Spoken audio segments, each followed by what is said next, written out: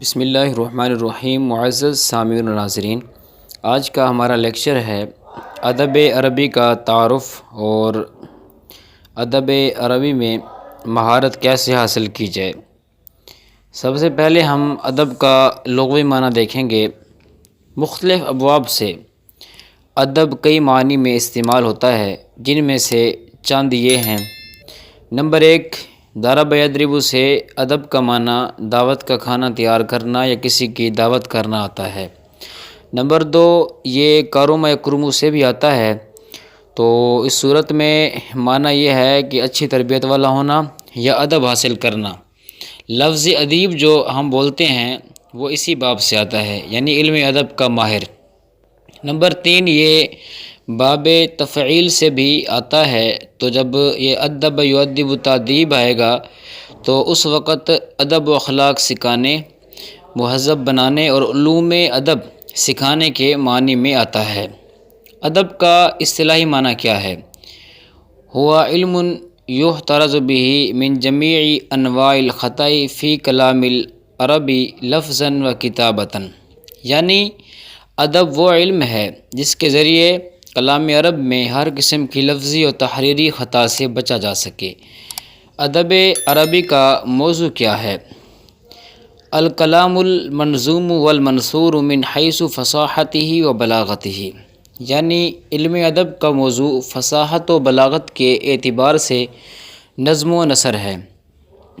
ادب عربی کی غرض و غایت۔ علامہ ابن خلدون علم ادب عربی کی غرض و غایت و مقصود بیان کرتے ہوئے لکھتے ہیں کہ علم ادب سے مقصود اس کا نتیجہ ہے، اور اس کا نتیجہ عرب کے طرز و انداز اور اسلوب کے مطابق فن نظم و نثر میں مہارت حاصل کرنا ہے۔ اقسام علوم عربیہ کتنی ہے؟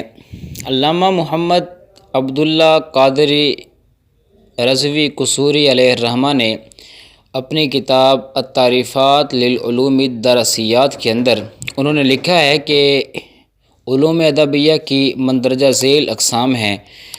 نمبر 1، علم لغت، علم صرف، علم اشتقاق، علم نحو، علم معانی، علم بیان، علم بدیع، علم عروض، علم قوافی، علم الخط، علم قرض الشعر، علم الانشاء، علم المحاضرات، اور اس کی ایک قسم علم التاریخ بھی ہے۔ اب دیکھنا یہ ہے کہ کوئی بندہ عربی ادب میں مہارت حاصل کرنا چاہتا ہے تو عربی ادب میں مہارت کیسے حاصل کی جائے۔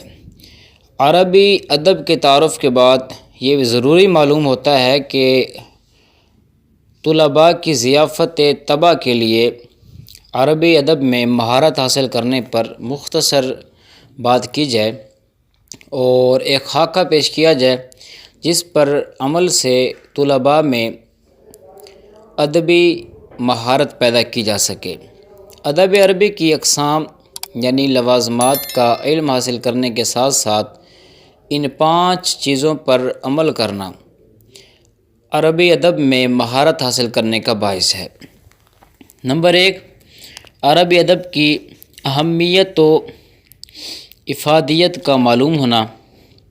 نمبر 2، عربی تکلم کی کوشش کرنا۔ نمبر 3، تعریب۔ نمبر 4، عربی لٹریچر۔ نمبر 5، عربی بیانات۔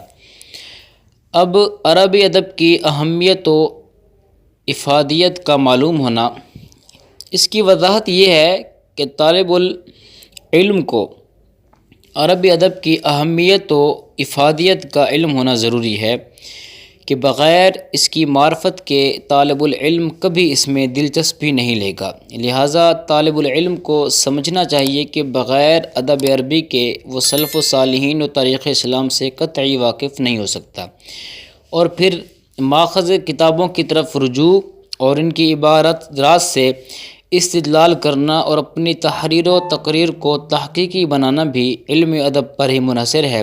کسی بھی مذہب کے افکار و نظریات و احکامات کا سمجھنا اس کی مذہبی زبان و تاریخ کے سمجھنے پر موقوف ہے، اور زبان و تاریخ کا سمجھنا اس زبان کی نظم و نثر پر موقوف ہے کہ اہل زبان کس لفظ سے کیا معنی مراد لیتے ہیں، اور ایک لفظ کتنے معنی میں آتا ہے، اور کون سا معنی کس وقت مراد لینا ضروری ہے اور کس معنی کا چھوڑنا ضروری، یہ سب علم ادب کے سیکھنے پر موقوف ہے۔ اس لیے علماء کرام نے عربی ادب کے پہلے 3 طبقات جاہلین، مخضرمین اور اسلامین کے اشعار کا روایتاً و درایتاً جاننا فرض کفایہ قرار دیا ہے کہ قرآن و سنت کو جاننے میں ان طبقات کے اشعار نہایت ممد و معاون ثابت ہوتے ہیں، کیونکہ انہی طبقات کے اشعار سے عربی قوانین ثابت ہوتے ہیں۔ اس لیے ایک مفتی و مجتہد کے لیے علم ادب عربی سے واقفیت کو شرط قرار دیا گیا ہے۔ نمبر 2، عربی تکلم کی کوشش۔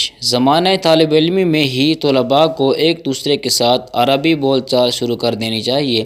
جو قوانین و قواعد صرف و نحو اور ادب کے سیکھے ان پر عمل کرتے ہوئے نئے جملے بنائیں اور آپس میں ایک دوسرے کو سنائیں۔ روز تکلم کی کوشش رہی تو انشاءاللہ عزوجل ایک ماہ کے قلیل عرصے میں ہی آپ دیکھیں گے کہ آپ نئے عربی الفاظ کا اچھا خاصا ذخیرہ یاد کر چکے ہوں گے، لہٰذا جتنا گڑ ڈالا جائے گا اتنی ہی مٹھاس زیادہ ہوگی۔ نمبر 3 ہم نے بتایا تھا تعریب۔ طالب علم دین کو چاہیے کہ وہ چھوٹے چھوٹے اردو جملوں کا عربی میں ترجمہ کرنے کی کوشش کرے اور پھر ماہر اساتذہ سے ان کی تصحیح کا معمول بنائے۔ یوں آہستہ آہستہ ان چھوٹے چھوٹے جملوں سے مضامین اور پھر مضامین سے عربی مقالہ جات لکھنے کی صلاحیت پیدا ہو جائے گی۔ تعریب کے لیے اردو سے عربی لغات کو استعمال کیا جا سکتا ہے جو بازار سے بآسانی مل جاتی ہیں۔ نمبر 4، عربی لٹریچر۔ عربی ادب میں مہارت کے لیے عربی لٹریچر کا پڑھنا بھی ضروری ہے۔ طالب علم دین کو چاہیے کہ عربی اخبارات و ناول و کتب کو پڑھنے کا معمول بنائے۔ 5ویں یہ اس کی صورت بتائی تھی کہ عربی بیانات۔ عربی ادب میں مہارت کے لیے آخری بات جو بیان کی جاتی ہے وہ ہے اہل زبان کو سننا، یعنی عرب کے جو علماء ہیں وہ عربی زبان میں ان کے کیے گئے خطابات کو سنا جائے۔ ٹیکنالوجی کے اس دور میں یہ سب کام مشکل نہیں ہے۔ انٹرنیٹ کی دنیا میں عرب علماء کے خطابات کو بآسانی سنا جا سکتا ہے۔ بے شمار درسی کتب پر عرب علماء کے لیکچرز کو سننا بھی فائدے سے خالی نہ ہوگا۔ ایک تو کتاب بھی حل ہو جائے گی اور دوسرا عربی لہجے میں تکلم پر دسترس حاصل ہوگی انشاءاللہ عز و جل۔ تو لہٰذا طلباء کرام کو ان 5 طریقوں پر عمل میں ایک چیز کو ہمیشہ ملحوظ خاطر رکھنا چاہیے کہ کام چاہے تھوڑا ہو مگر استقامت والا ہو، کیونکہ الاستقامت فوق الکرامتی۔ اللہ تبارک و تعالیٰ کی بارگاہ میں دعا ہے اللہ پاک ہمیں ان باتوں کو سمجھنے کی توفیق عطا فرمائے۔